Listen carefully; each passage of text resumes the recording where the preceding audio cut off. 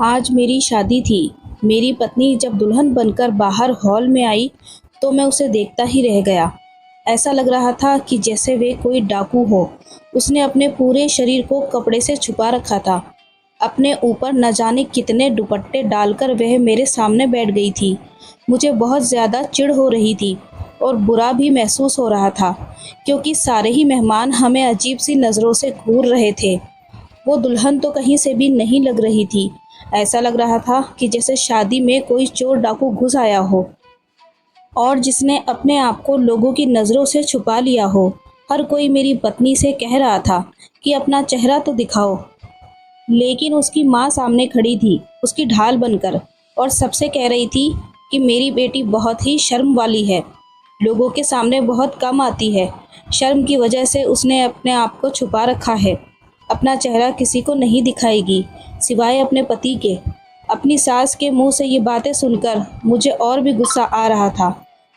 वह घर की बड़ी थी, उन्हें अपनी बेटी को समझाना चाहिए था। उल्टा वे अपनी बेटी को इस अजीब सी हरकत पर उसका साथ दे रही थी।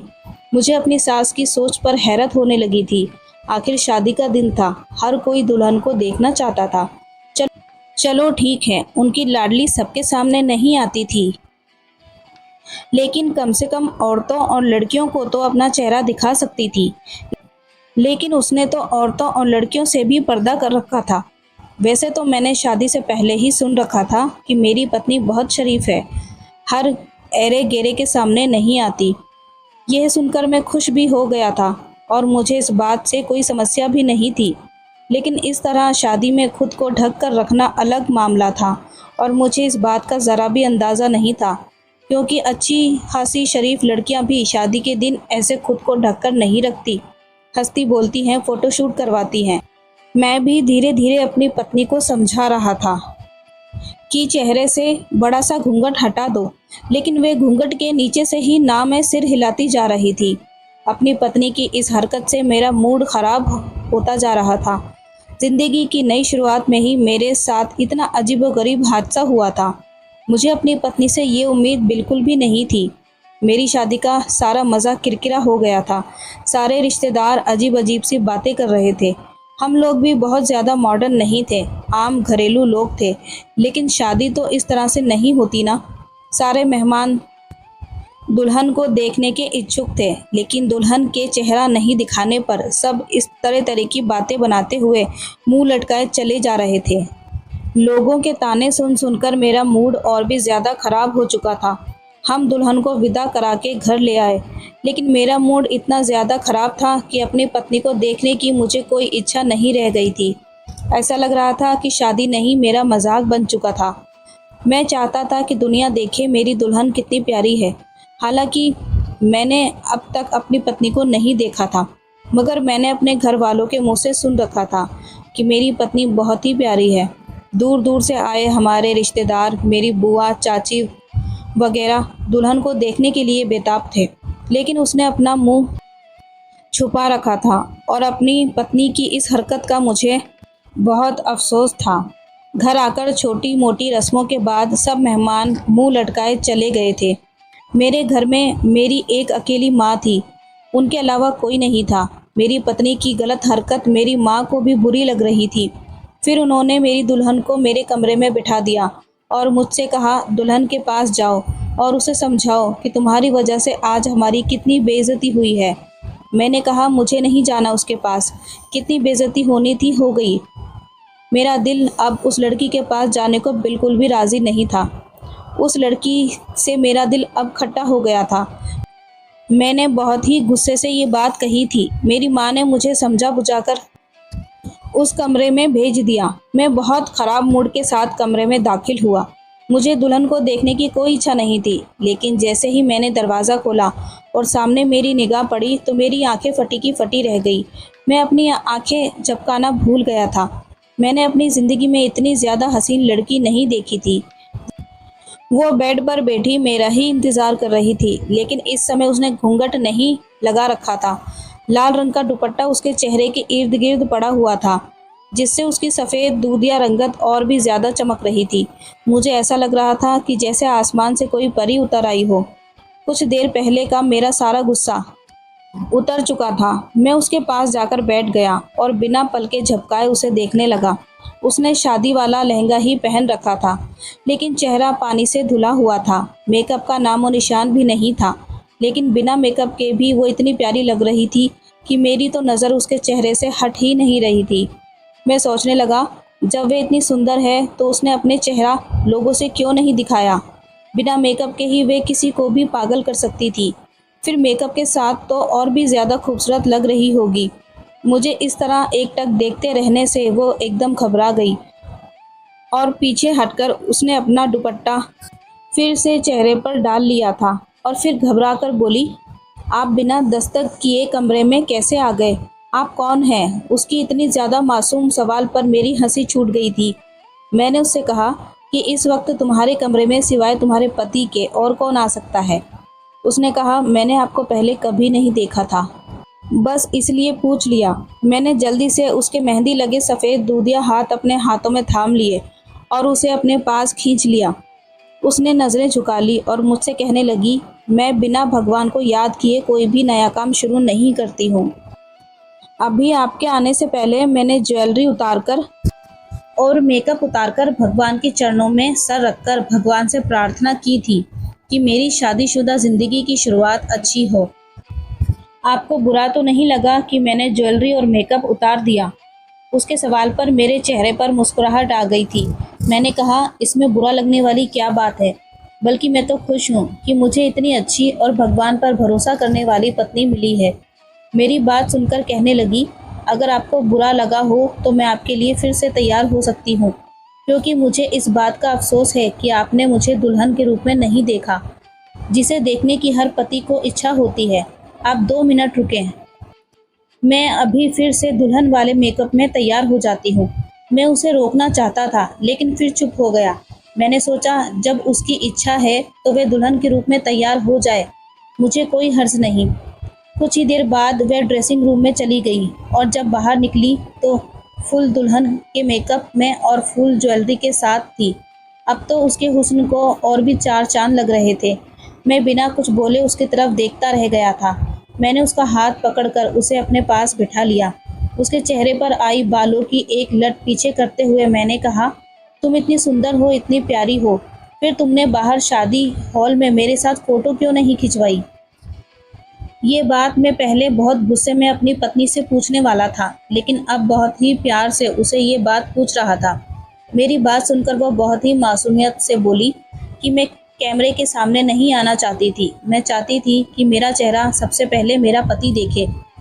इससे पहले मैं अपना दुल्हन वाला चेहरा किसी को नहीं दिखाना चाहती थी। मेरा ये सारा हुस्न, मेरी सारी खूबसूरती सिर्फ आपके लिए है। मैं क्यों दूसरों को अपना हुस्न दिखाती? फिर उसने कहा, आप मुझसे नाराज़ हैं? चलो ठीक है, हम मोबाइल में अपनी फ़ोटो बना लेते हैं। फिर उसने मोबाइल में ही मेरे साथ शादी के जोड़े में ही तस्वीरें बनाना। अब मुझे अंदाज़ा हो गया था कि मेरी पत्नी बहुत ही अच्छी लड़की है और अपने पति को खुश करना अच्छे तरीके से जानती है। मेरी पत्नी को कोई दूसरे लोग देखें, ये तो मुझे भी पसंद नहीं था। खैर, अब मैंने आगे कुछ नहीं कहा। मैं अपनी ज़िंदगी की खूबसूरत रात और सवाल जवाब करके बर्बाद नहीं करना चाहता था। मैंने अपनी खूबसूरत पत्नी को बाहों में भर लिया, एक एक करके उसकी सारी ज्वेलरी उतार दी और उसके खूबसूरत से होठों पर अपने प्यार की मोहर लगा दी। ऐसा करते ही वह मेरी बाहों में और भी ज़्यादा सिमट गई थी। मैंने उसे कसकर अपनी बाहों में भर लिया। जी चाहा ये खूबसूरती रात यहीं ठहर जाए और मैं अपनी खूबसूरत सी पत्नी पर मोहब्बतें लुटाता रहूं। मैं अपनी पत्नी से अब बहुत खुश था। मुझे उससे कोई शिकवा शिकायत नहीं थी। शादी के कुछ ही दिनों में मुझे अंदाज़ा हो गया था कि वे ज़माने को खुश करने वाली लड़की नहीं, बल्कि सिर्फ अपने पति को खुश करना चाहती है। मैं दिन ब दिन उसके इस अंदाज़ का दीवाना होता जा रहा था। मैंने महसूस किया कि उसका हंसना बोलना हर अंदाज़ सिर्फ मेरे लिए था। उसे बहुत अच्छे से पता था कि पति को कैसे खुश करते हैं, मगर मुझे नहीं मालूम था कि आगे मेरे लिए ज़िंदगी में क्या कुछ होने वाला है। मुझे नहीं पता था कि ये सब कुछ मेरी जान का अज़ाब बनने वाला है। जिसे मैं अपनी खुशकिस्मती समझ रहा था, वे मेरी बदनसीबी में बदलने वाली है। कुछ दिनों से मेरे दोस्त ज़िद कर रहे थे कि कहीं दूसरे शहर जाकर घूम कर आते हैं, लेकिन मेरा दिल नहीं मान रहा था। मेरे दोस्त मुझे जिस जगह पर ले जाना चाहते थे, मुझे अच्छे से पता था कि वह कैसी जगह है। मैं ऐसी जगह जाना नहीं चाहता था, लेकिन एक दिन उन्होंने बहुत ज़िद की तो मुझे जाना ही पड़ा। मेरे जाने का सुनकर मेरी पत्नी उदास हो गई और रोने लगी। मैंने उससे कहा, एक रात की ही तो बात है, मैं वापस आ जाऊंगा। इतना परेशान होने की क्या ज़रूरत है। मैंने अपनी पत्नी को ये नहीं बताया कि बात सिर्फ एक दिन की नहीं, बल्कि मेरे दोस्त पूरे हफ्ते की प्लानिंग कर रहे हैं, क्योंकि मुझे पता था कि मेरे बिना मेरी पत्नी नहीं रह पाएगी। वह एक दिन का सुनकर ही उदास थी, जब पूरे हफ्ते का सुनती तो और भी ज़्यादा बेचैन हो जाती। ये पहली बार था जब मैं अपनी पत्नी से इतनी दूर जा रहा था। हम सुबह से निकले और शाम को पहुँचे। मेरे दोस्त मुझे एक हवेली पर लेकर गए, लेकिन उसका हवेली तो देखते ही मुझे अंदाज़ा हो गया था कि ये कैसी जगह है। यहाँ के लोगों का आना जाना देखकर मुझे एहसास हो गया था कि हाँ, किस तरह के लोग रहते हैं। और यहाँ पर औरतें भी मौजूद थी और उन्हें देखकर भी अंदाज़ा लगाया जा सकता था कि औरतें कैसा काम करती हैं। उन औरतों को देखकर मेरे दिल में नफ़रत भरने लगी थी। मुझे रह रहकर अपनी मासूम सी पत्नी की याद आ रही थी। कितनी शर्म हया वाली पत्नी है मेरी। उसकी इसी अदा ने मुझे अपना दीवाना बना लिया था। अपनी पत्नी के सामने मुझे दुनिया की हर औरत बेमोल लग रही थी। मैं हवेली में दाखिल हुआ। वहाँ शराब और कबाब दोनों का इंतज़ाम था। महफिल सजी हुई थी।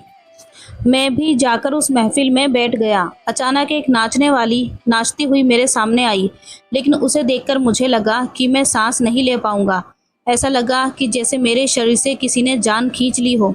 मुझे अपना पूरा शरीर बेजान सा मालूम हो रहा था। मैंने फिर आंखें फाड़ फाड़ कर सामने नाचती हुई उस लड़की को देखा था। उसके चेहरे पर जालीदार झालर लटक रही थी, जिसके अंदर से उसका खूबसूरत सा चेहरा साफ झलक रहा था। वह तो अगर 7 पर्दों में भी होती तब भी मैं उसे पहचान लेता। यह हल्का सा जाली का कपड़ा क्या कर लेता। वह कोई और नहीं बल्कि मेरी पत्नी भावना ही थी। अपने सामने अपनी पत्नी भावना का ये रूप देखकर मैं दंग रह गया था। जब वह डांस करती हुई मेरी तरफ आई थी और जब उसकी निगाहें मेरे ऊपर पड़ी थी, तो एक पल के लिए उसके थिरकते हुए पैर रुक गए थे और फिर वह अंदर भाग गई। सब लोग एकदम से परेशान हो गए। फिर उसकी जगह दूसरी लड़की को लाया गया। उसने भावना की जगह नाचना शुरू कर दिया, लेकिन वह लड़की जो मेरी पत्नी थी, अब वह कहीं गायब हो चुकी थी। मुझे तो अपनी आंखों पर विश्वास ही नहीं हो रहा था। जो मंजर मैंने अभी थोड़ी देर पहले देखा था, वह सच था या कोई धोखा था।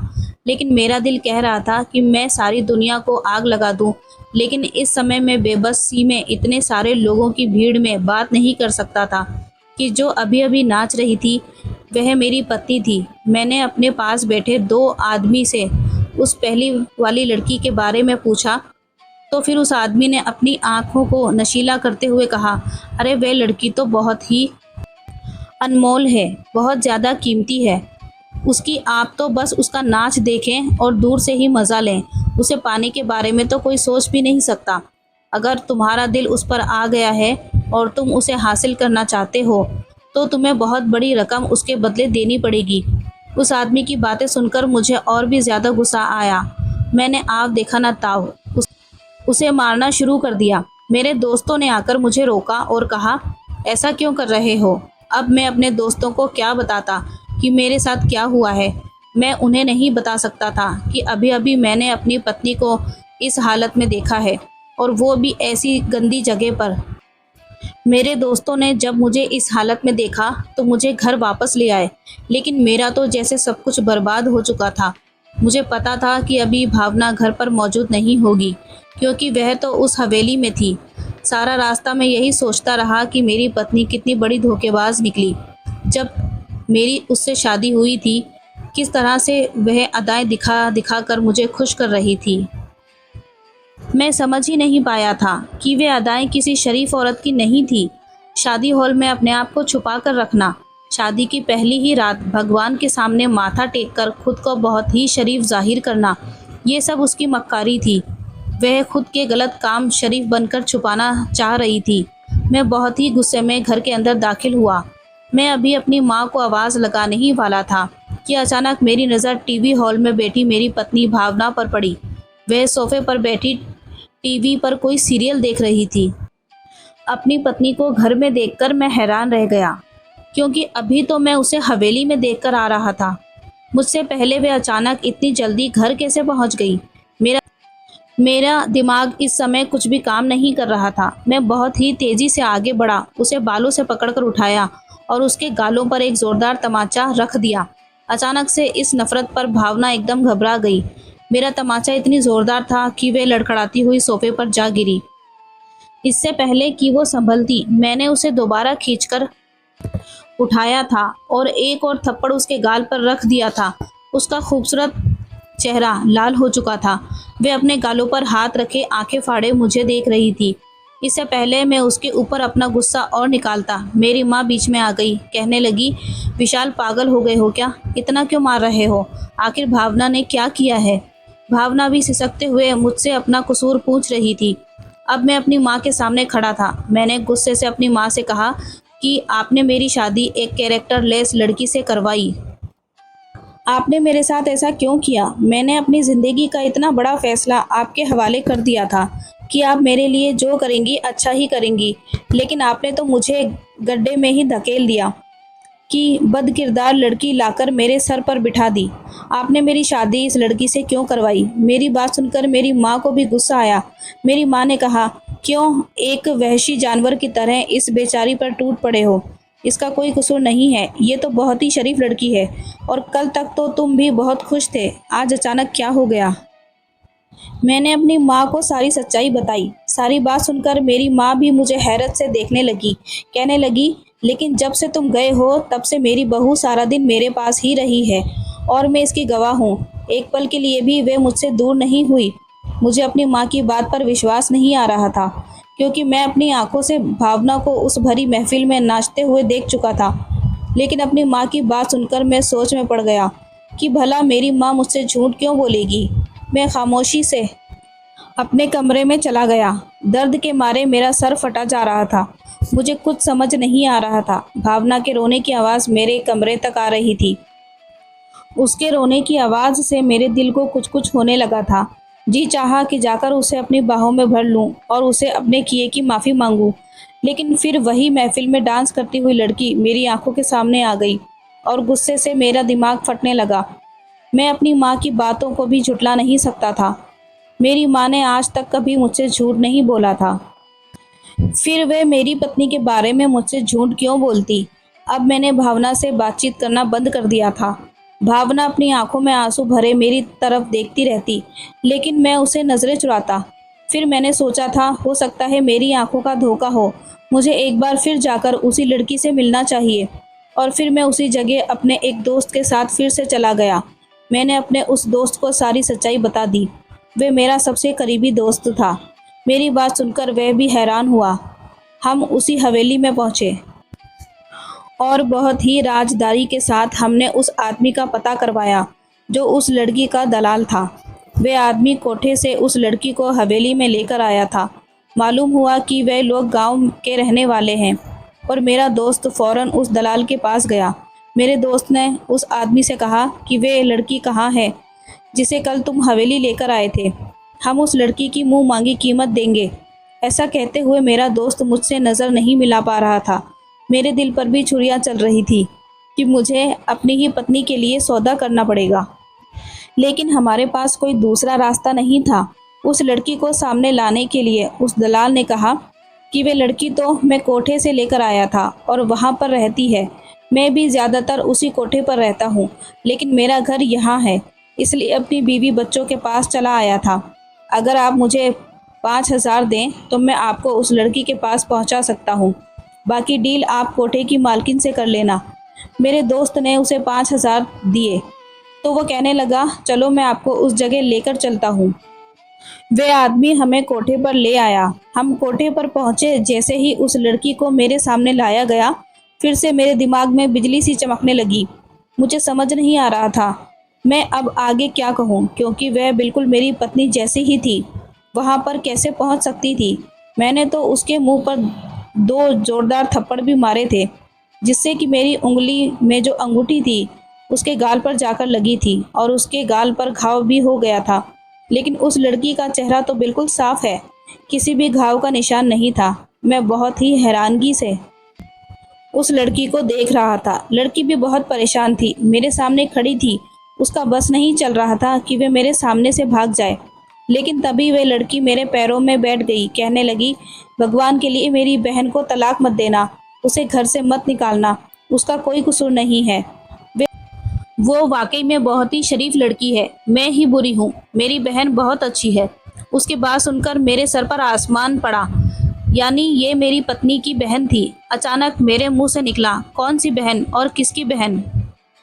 उस लड़की ने बताया कि आपकी पत्नी मेरी जुड़वा बहन है। हम दोनों की शक्ल एक जैसी है।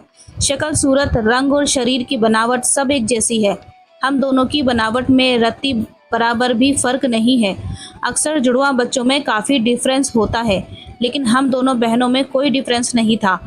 मैं आंखें फाड़कर उस लड़की को देख रहा था। बाकी वह बिल्कुल भावना जैसी थी।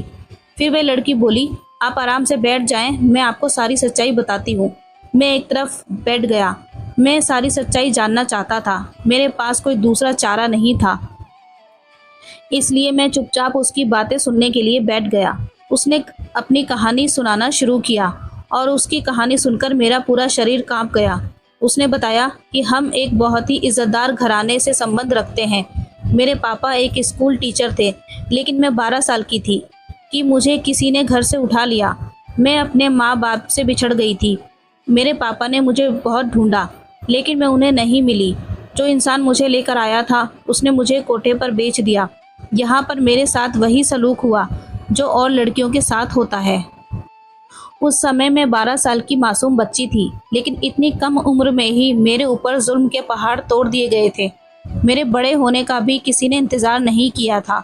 इतनी छोटी सी उम्र में मैंने बहुत दुख सहे। मैं धीरे धीरे इस काम को करने के लिए मजबूर हो गई, क्योंकि यहाँ से भागकर जाने का कोई रास्ता नहीं था।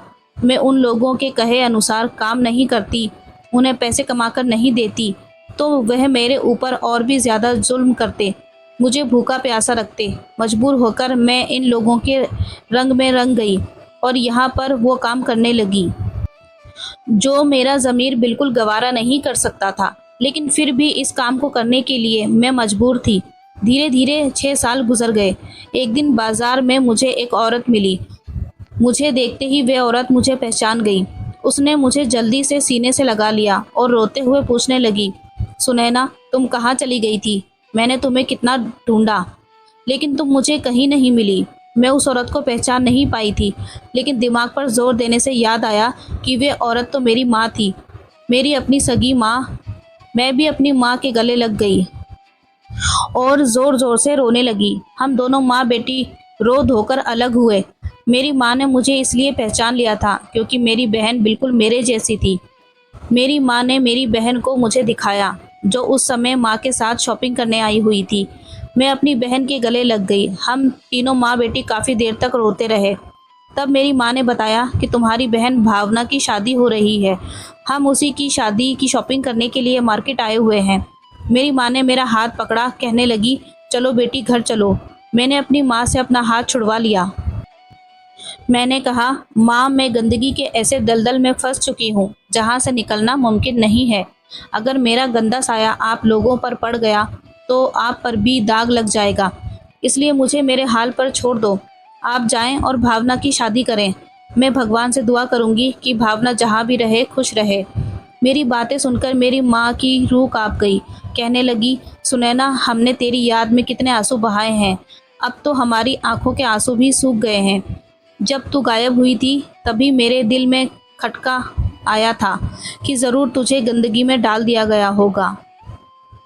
मैं अपने दिल में दुआ करती थी कि हे भगवान, मेरी बेटी को गंदगी से बचा ले। इससे अच्छा तो उसे मौत दे देना। और आज जब तुम मुझे मिली तो उसी गंदगी से लिपटी हुई मिली हो। भगवान, अब मैं क्या करूं? मेरा दिल फटा जा रहा है। ना तुझे अपने साथ लेकर जा सकती हूँ और ना ही मेरा दिल मान रहा है कि तू उस दलदल में दोबारा जाए। मैंने अपनी माँ को गले से लगा लिया और उसे दिलासा दिया कि माँ, अब तो मैं इन सब की आदी हो चुकी हूँ, लेकिन मैं नहीं चाहती कि मेरा गंदा साया या मेरी बहन की ज़िंदगी पर पड़े।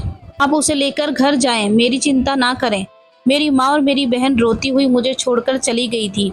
फिर अपनी बहन की शादी पर मैं छुप कर आई थी। वहीं पर मैंने आपको देखा था। शादी वाले दिन मेरी बहन ने अपने आप को छुपा रखा था।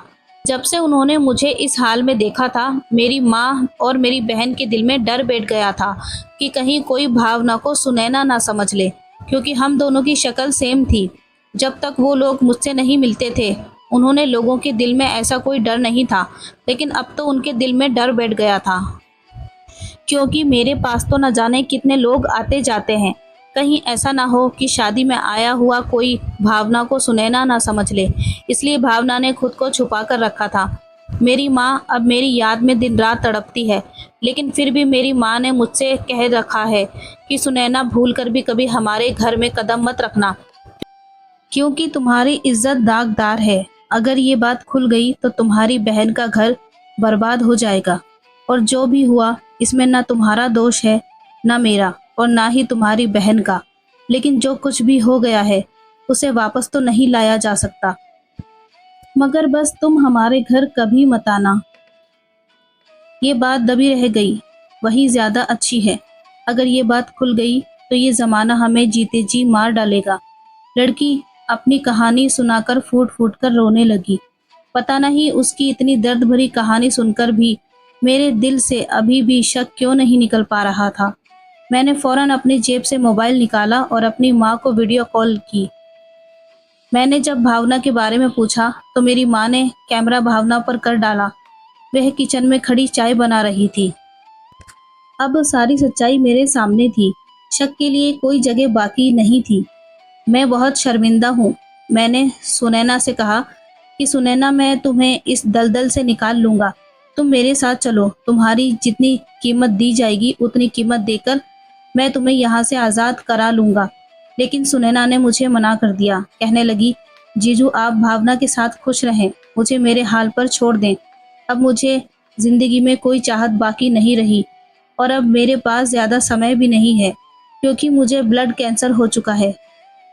मैं कुछ ही समय की मेहमान हूँ, बस अपनी ज़िंदगी के आखिरी दिन काट रही हूँ। बस इसी बात की खुशी है कि मरने से पहले मुझे मेरी माँ और बहन को देखना नसीब हुआ। बस आपसे हाथ जोड़कर विनती करती हूँ कि मेरी बहन को खुश रखना, कभी उसे कोई दुख मत देना। मुझे सुनैना की हालत पर बहुत दुख हुआ। मैं बहुत ही दुखी मन से अपने घर लौट आया। घर के अंदर दाखिल होते हुए मेरा सर शर्मिंदगी से झुका हुआ था। समझ नहीं आ रहा था कि भावना से कैसे माफ़ी मांगूं। मेरे पास तो शब्द ही नहीं थे। मेरी पत्नी तो बिल्कुल बेकसूर थी। उसकी बहन भी मासूम थी। उसकी बहन का भी कोई दोष नहीं था। उसे तो 12 साल की उम्र में ही उसके घर वालों से जुदा कर दिया गया था। इसमें उस बेचारी का क्या दोष था?